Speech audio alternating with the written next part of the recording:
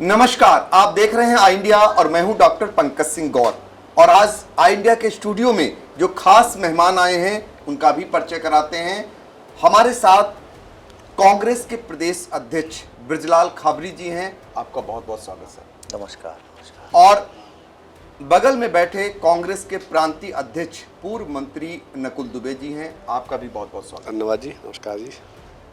चलिए आज शुरुआत करते हैं। चूंकि लोकसभा चुनाव सिर पर है और ऐसे में सभी पार्टियां अपना अपना प्रचार झोंकने लगी हैं। पहला सवाल मेरा आपसे सर ये है, इंडिया बनाम एनडीए अब तो सीधे तौर पर होने जा रहा है, लेकिन अभी भी लोग ये जानना चाह रहे हैं कि उत्तर प्रदेश में इंडिया में कौन कौन रहेगा।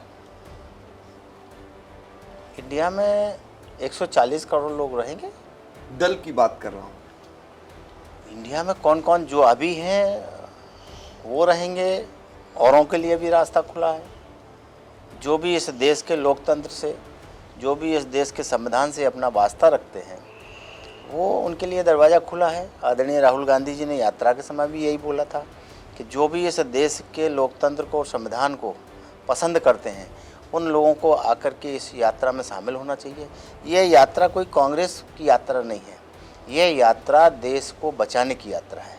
क्योंकि देश को बचाना इसलिए ज़रूरी है कि 140 करोड़ लोग इस देश के वासी हैं और वो चाहते हैं कि देश को आज़ाद रखा जाए, रहने दिया जाए, देश के लोकतंत्र को बचाया जाए, देश के संविधान को बचाया जाए। और उसकी लड़ाई को लेकर के आदरणीय राहुल गांधी जी मैदान में हैं। आज जिस दल की सरकार है ये टुकड़े टुकड़े करके देश को बेच रहे हैं।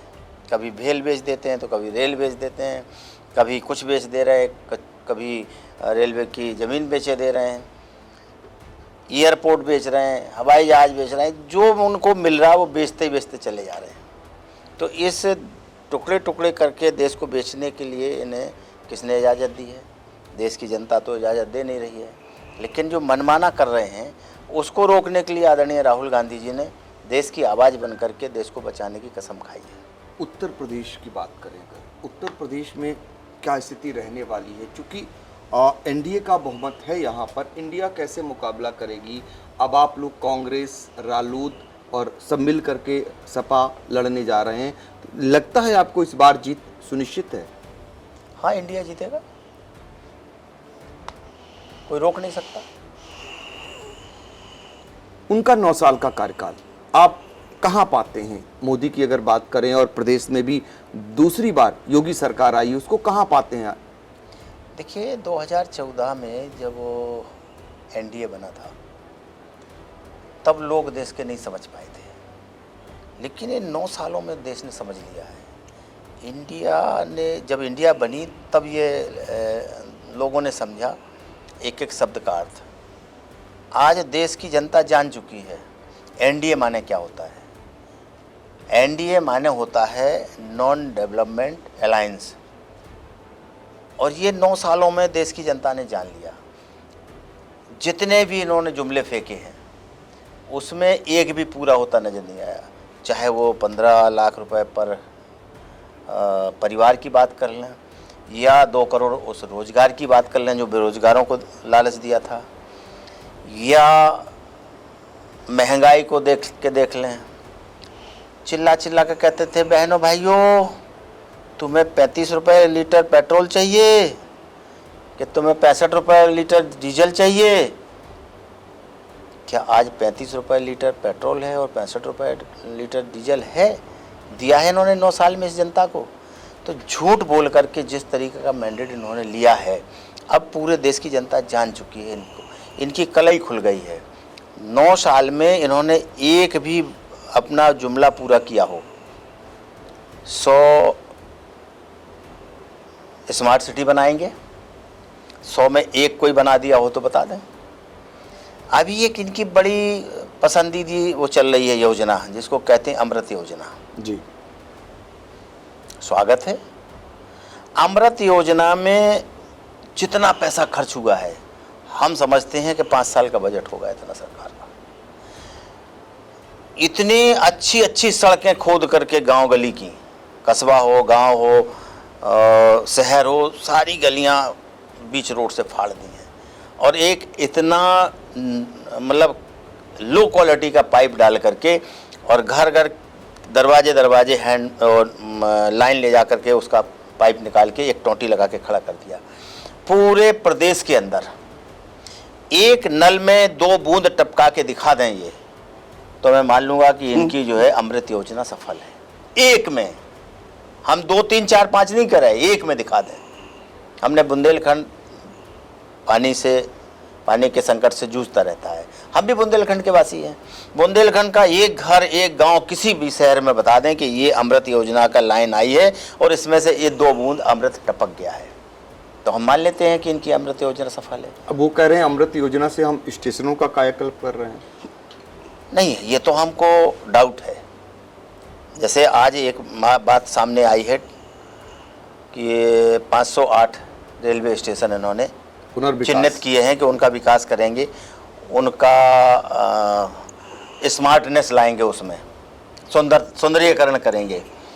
हमें तो ये लग रहा कि 508 को लेकर के कहीं इन्होंने लिस्टेड कर करके थोड़ा बहुत काम धाम करके और कहीं अडानी ग्रुप को तो नहीं सौंपने जा रहे। ये चिंता है इस देश के उन वासियों की जो रेलवे स्टेशनों पर लगातार आते जाते हैं। ब्रिजलाल खाबरी जी, आप संविधान बचाओ संकल्प सभा कर रहे हैं पूरे उत्तर प्रदेश में, इसकी आवश्यकता क्यों महसूस की जा रही है?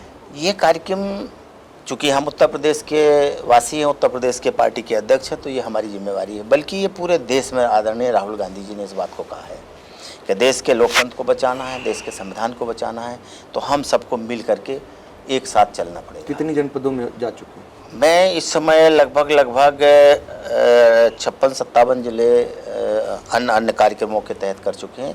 9 तारीख से लेकर लगातार आज तक मैं अनवरत चल रहा हूँ। 2 दर्जन के आसपास मैं जिलों में जा चुका हूँ। क्या रिस्पांस? रिस्पांस बहुत अच्छा है। लोग इस बात से सहमत हैं कि देश बिक रहा है तो इसे रोका जाए, लोकतंत्र की हत्या हो रही है, इसको रोका जाए, संविधान तिल तिल ख़त्म किया जा रहा है, इसको रोका जाए। लोग मन बना रहे हैं और विश्वास के साथ मैं कह सकता हूं कि आने वाले टाइम में इंडिया जीतेगा, लोकतंत्र भी बचेगा, संविधान भी बचेगा और देश भी बचेगा। फिलहाल इतना तो कहा जा सकता है कि अरसे के बाद आज जहां कांग्रेस का कार्यक्रम हुआ था मुस्कान गेस्ट हाउस में, उस गेस्ट हाउस में पूर्व में अगर देखें तो बसपा और सपा सरकार में वो गेस्ट हाउस भरता था, लेकिन कांग्रेस के कार्यक्रम में आज भीषण गर्मी के बावजूद पूरा खचाखच वो जो है हाल भरा हुआ था। और वहां पर कांग्रेस के प्रदेश अध्यक्ष और उनकी पूरी टीम ने कार्यकर्ताओं को आज जीत का जो मूल मंत्र दिया कि कैसे मोदी सरकार से लड़ सकते हैं, कैसे उनसे मुकाबला कर सकते हैं, उनको संकल्प दिलाया। और साथ ही जो मूल मंत्र था वो भी बहुत गूढ़ था कि उन्हें कैसे मुकाबला करना है। तो आप जिलों में इसी तरीके के मूल मंत्र दे रहे हैं? हाँ, हर जिले में, और हर जिले में इस कार्यक्रम के बाद दोबारा में हम हर जिले में जा कर के प्रत्येक विधानसभा से 100 सिपाहियों को तैयार करके जो पोलिंग बूथ पर नामित डेट पर, मतदान तिथि पर अपनी क्षमता के अनुसार कानून को ध्यान में रख करके एक एक वोट को डलवाएंगे और उसके पक्ष में डलवाएंगे जो इस संविधान को बचाने की लड़ाई लड़ रहा है, लोकतंत्र को बचाने की लड़ाई लड़ रहा है, जिसका नाम कांग्रेस है। कांग्रेस के नेता आदरणीय राहुल गांधी जी जो देश की आवाज़ बने हैं, हम सबकी आवाज़ बने हैं, उनकी आवाज़ को और ताकत देना है जिससे वो इस देश को बचाने में सफल हों। इसलिए हम लोग रात दिन मेहनत करके लगातार गाड़ी में चल रहे हैं और हर एक दिन किसी ना किसी ज़िले में जा कर के इस तरह की मीटिंग करके लोगों को अपनी बात से अवगत करा रहे हैं। लोग हमारी बात को सुन करके चिंतन मंथन में लग गए हैं। राहुल गांधी तो नहीं डर रहे हैं, उनकी टीम जिस तरीके की मोदी योगी सरकार में बराबर विपक्ष आरोप लगाता है कि उनका उत्पीड़न हो रहा है, आप लोगों के पास भी ऐसा कुछ संदेश आता है? नहीं, अभी तक तो ऐसा कोई संदेश मेरे पास नहीं आया है, और संदेश आएगा भी तो क्या है अपने पास। डरेंगे नहीं, हम तो राहुल गांधी के सिपाही हैं। जब हमारा नेता नहीं डरता है तो हम क्यों डरेंगे? हम कोई पूंजीपति नहीं हैं, हम कोई बिजनेसमैन नहीं हैं, हम तो एक साधारण से सिपाही हैं, गांव से चल के आए हैं और हर तरीके की मुसीबतों को झेलते हुए अपने लोगों की लड़ाई लड़ने के लिए इस मंच तक आ गए हैं। ब्रजलाल खाबरी जी, आप और नकुल दुबे जी समेत तमाम नेता बीएसपी से आए हैं कांग्रेस में। बीएसपी का जो वोट बैंक है उस पर भी निगाह होगी, आपके संपर्क में लोग होंगे, कांग्रेस को फायदा होगा उससे? बेशक, इसमें कोई शक नहीं है कि जो हमारा जिस समय हम बीएसपी में काम कर रहे थे, जो हमारे से बहुत नज़दीक जुड़े थे, वो सारे के सारे लोग हमारे संपर्क में हैं। बहुत सारे लोग तो हमारे साथ आ चुके हैं और जो हमारा विजन था, जो कल था, वही आज है, बदला नहीं है। हम बाबा साहब अम्बेडकर के अनुयायी हैं, हम संविधान में आस्था रखते हैं और लोकतंत्र को बचाना चाहते हैं। संविधान ही हमारे लिए सब कुछ है। अगर संविधान नहीं होता तो हम इस कुर्सी पे बैठ के नहीं बात कर रहे होते।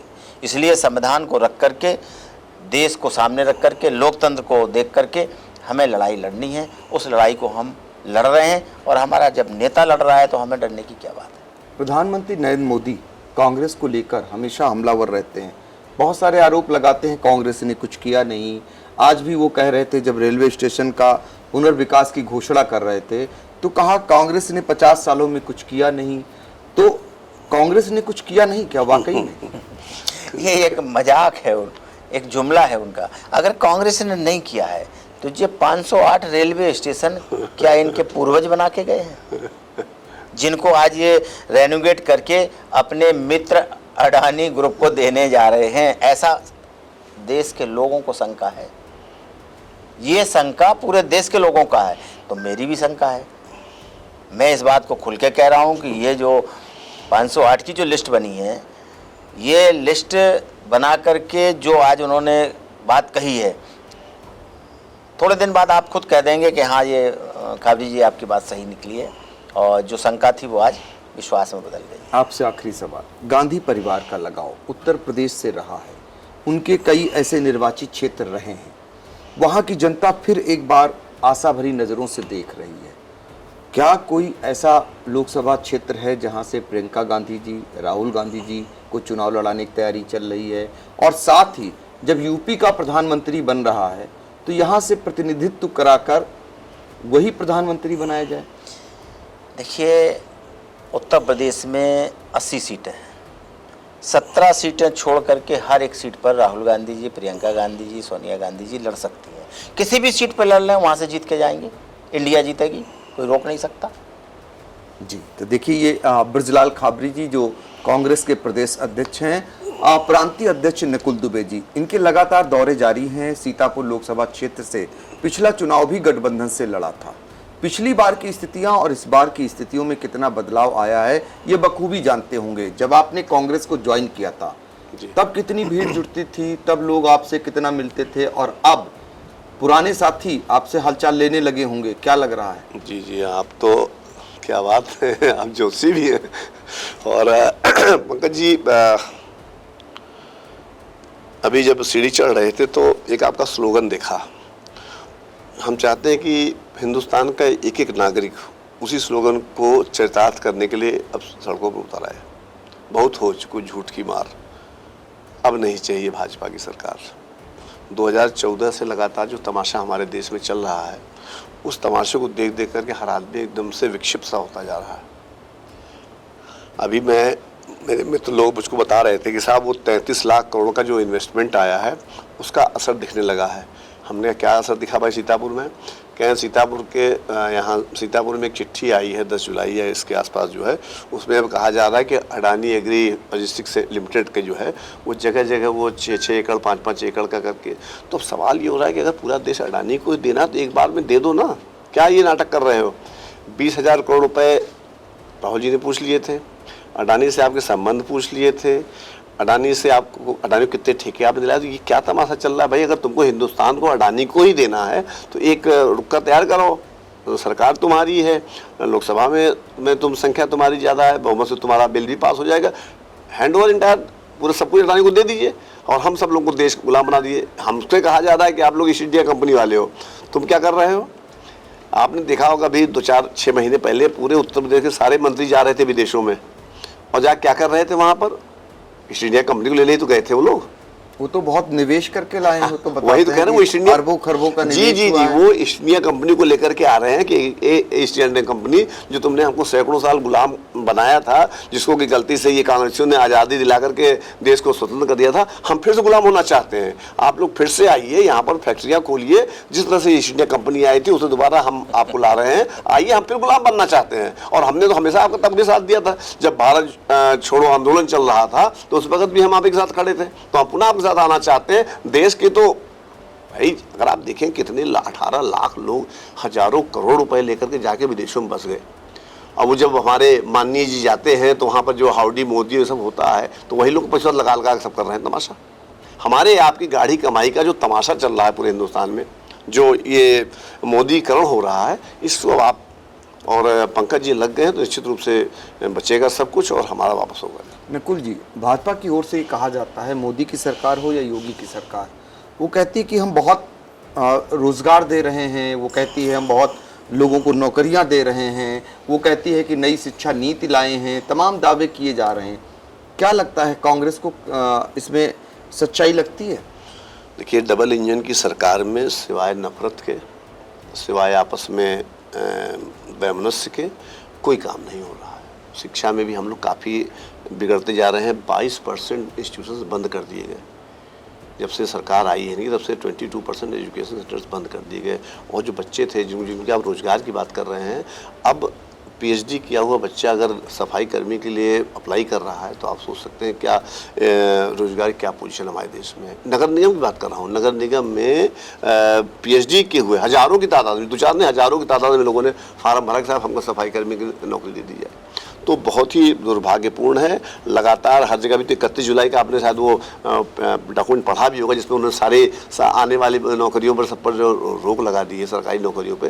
तो ये बहुत बड़ा खिलवाड़ हो रहा है, बहुत बड़ा तमाशा हो रहा है।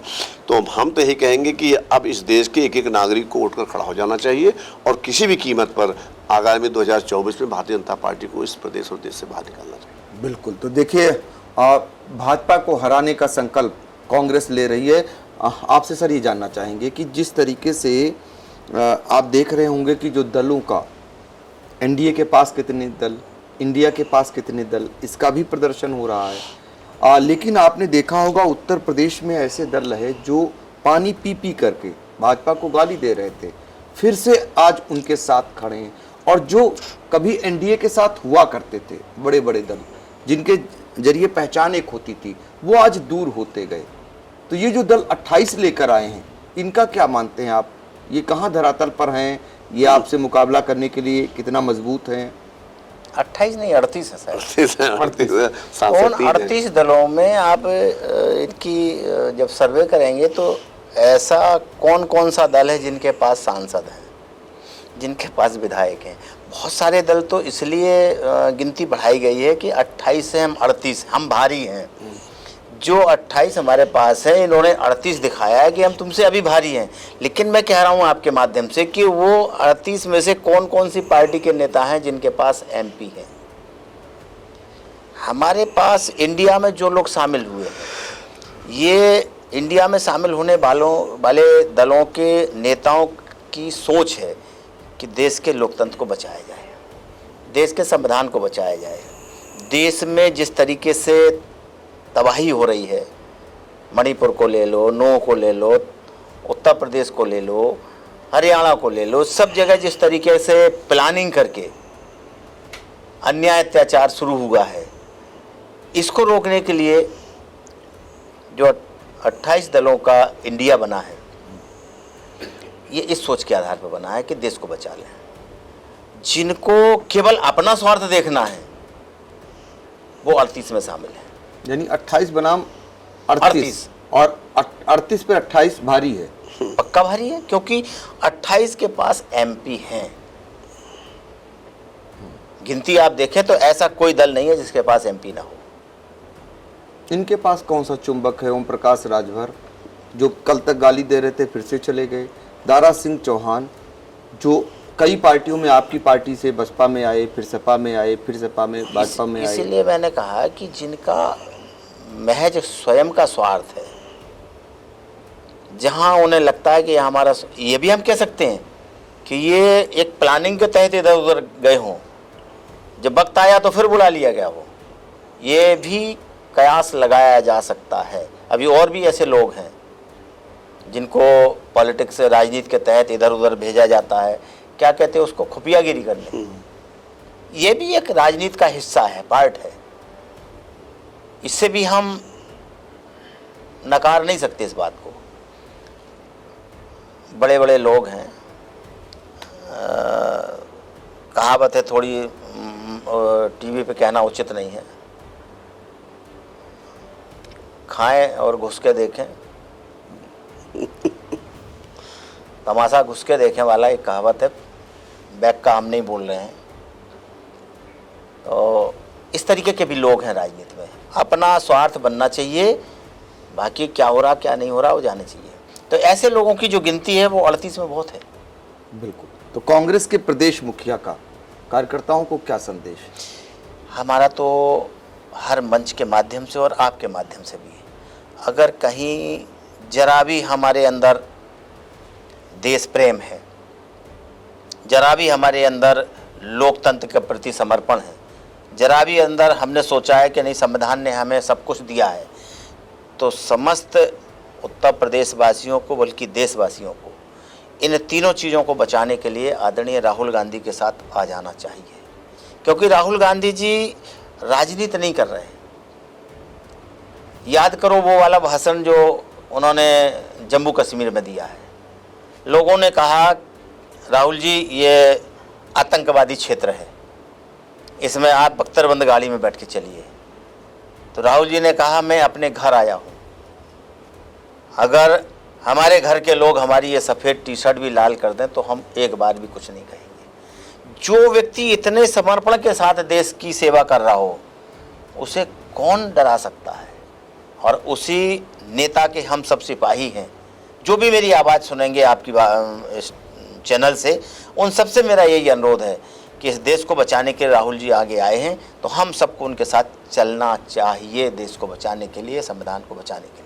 बिल्कुल, तो ये संदेश है। लेकिन आखिर में आपसे एक सवाल सिर्फ इसी से जुड़ा हुआ, कल तक जो लोग पप्पू कहते थे कांग्रेस को, आज उन्हीं को सदन न पहुंच पाए, सारे प्रयास हो रहे हैं, जबकि सुप्रीम कोर्ट से बड़ी राहत है। 24 घंटे नहीं लगे जब उनकी सदस्यता समाप्त करने में, लेकिन 48 घंटे से ज़्यादा समय हो चुका, अभी तक ये पक्का नहीं हुआ कि वो सदन में चर्चा के लिए मौजूद हों। देखिए, राहुल जी ने बड़े दबंगी के साथ इस बात को कहा था। करोड़ों रुपए भारतीय जनता पार्टी ने मुझे पप्पू बनाने में लगाया है, वो मैंने एक झटके में उनके करोड़ों रुपए बर्बाद कर दिए।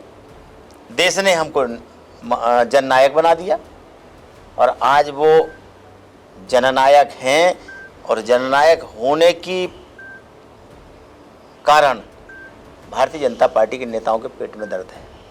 इस दर्द की दवा 2024 में मिल जाएगी, ये पक्का है। इंडिया जीतेगा, कोई रोक नहीं सकता। इंडिया जीतेगा 2024 में, कोई रोक नहीं सकता, ये दावा है कांग्रेस के प्रदेश अध्यक्ष बृजलाल खाबरी जी का। और उन्होंने बहुत सारी बातों को लेकर भी आज साझा किया, और कांग्रेस के नेता राहुल गांधी के नेतृत्व में क्या करिश्मा होने वाला है इसको भी बताया। और साथ ही एनडीए बनाम इंडिया को लेकर, दलों को लेकर भी आज खुलकर बातचीत की। आप दोनों ने इंडिया को समय दिया, आपका बहुत बहुत धन्यवाद। Thank you sir, thank you. BS educational महाविद्यालय लखनऊ विश्वविद्यालय से संबद्ध छात्र छात्राओं के लिए उत्कृष्ट शिक्षण संस्थान, बीए, एमए, बीकॉम, एमबीए व अन्य कोर्सेज के लिए आज ही संपर्क करें। खैराबाद, बिस्वा रोड, पकरिया, सीतापुर। सत्र 2023-24 के लिए प्रवेश प्रारंभ।